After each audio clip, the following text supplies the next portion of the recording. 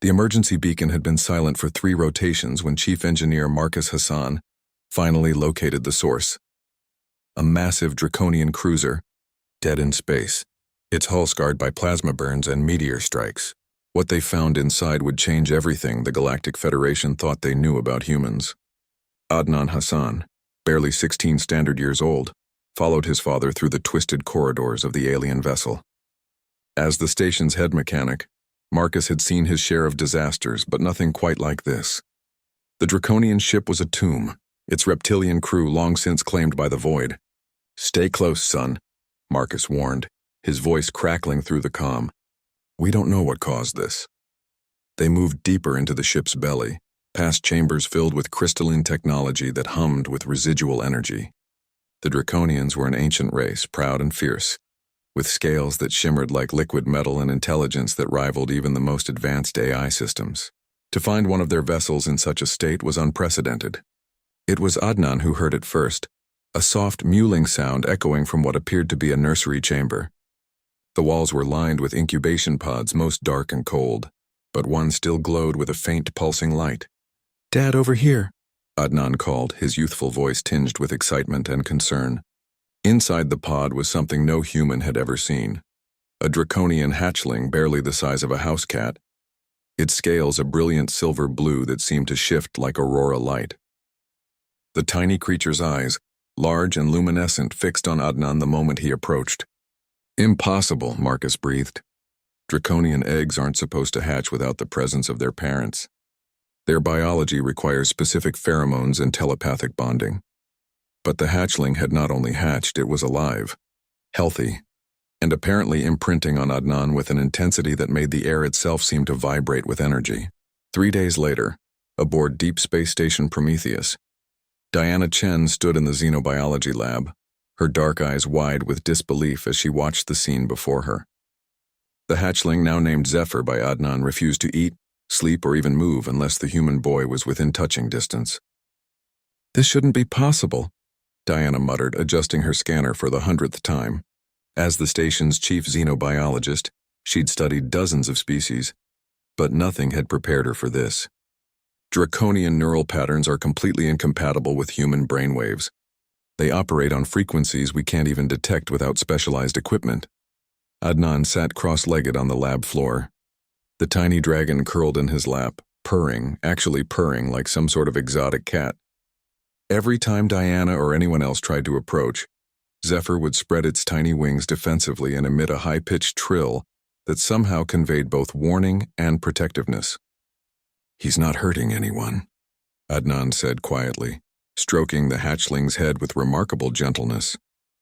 "He just needs me, I think." Diana's equipment told an impossible story. The hatchling's neural activity synchronized perfectly with Adnan's, creating a feedback loop that should have been biologically impossible. More disturbing or fascinating, depending on perspective, was what happened when they were separated. The first attempt had lasted exactly 47 minutes. Zephyr had become increasingly agitated, its distress calls growing more frequent and desperate until every piece of sensitive equipment on the station began registering massive psychic interference. When they finally reunited the pair, the relief was so palpable that even the non-psychic species on the station reported feeling suddenly, inexplicably calm. "It's like they're sharing a neural network," Diana explained to Captain Rodriguez during their emergency briefing. "But that's impossible. Humans don't have the psychic capabilities necessary for Draconian bonding. We're talking about a species that can communicate across star systems through pure mental projection." Captain Rodriguez, a stern woman with silver hair and steel-gray eyes, frowned at the data. "Are you saying the boy is psychic?" "That's just it, he's not. At least he wasn't before. But somehow this hatchling is teaching him, or maybe awakening something that was already there." Diana's voice carried a mixture of excitement and apprehension. "Captain, I think we're witnessing the emergence of an entirely new form of human evolution." The revelation came during the 3rd week, when Ambassador Krixtal of the Draconian High Council arrived aboard Prometheus. The imposing figure, easily 3 meters tall with scales like polished obsidian, had come to retrieve what the Council assumed was a surviving member of their lost expedition. What Krixtal found instead challenged everything the Draconians believed about their own species. "This is unprecedented," the ambassador rumbled, his mental voice resonating in the minds of everyone present. "The hatchling has formed a true bond, but not with one of our kind, with a human child. What does that mean?" Marcus asked, unconsciously stepping closer to his son. Crixtal's great head tilted, studying the pair with ancient eyes. "In our culture, the true bond is the highest form of connection. It transcends species, transcends biology itself. It is a meeting of souls, if you will. We believed it could only occur between Draconians who shared perfect psychological compatibility." The ambassador's next words sent shockwaves through the assembled crowd. "This hatchling has chosen your son as its soulmate, its eternal companion. In refusing to bond with its own kind, it has declared that it sees in this human child something we have never recognized, a mind capable of the same depth of loyalty, the same capacity for absolute trust that we prize above all other virtues." Diana felt her scientific worldview crumbling and rebuilding itself in real time. "You're saying that Zephyr chose Adnan because he recognized human psychological traits that matched Draconian ideals?" "More than that," Crixtal replied, his mental voice carrying notes of something that might have been awe. "The hatchling sees in your species what we have spent millennia believing we alone possessed: the ability to love without condition, to trust without reservation, to sacrifice without expectation of reward." As if to demonstrate the point, Zephyr stirred in Adnan's arms and projected its first clear thought into the minds of everyone present. Not words, but pure emotion. The feeling was overwhelming. Absolute contentment, perfect trust, and a love so fierce and protective that several adults in the room found themselves wiping away tears. "The reason shocked everyone," Crixtal continued, "because it revealed a truth we were not prepared to accept, that the qualities we consider the highest expression of civilization are not unique to us.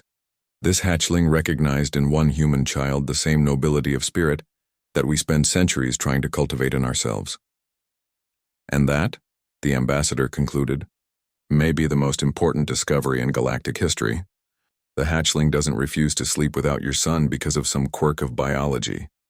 It does so because it has found its perfect complement, its missing half, in the most unlikely place imaginable."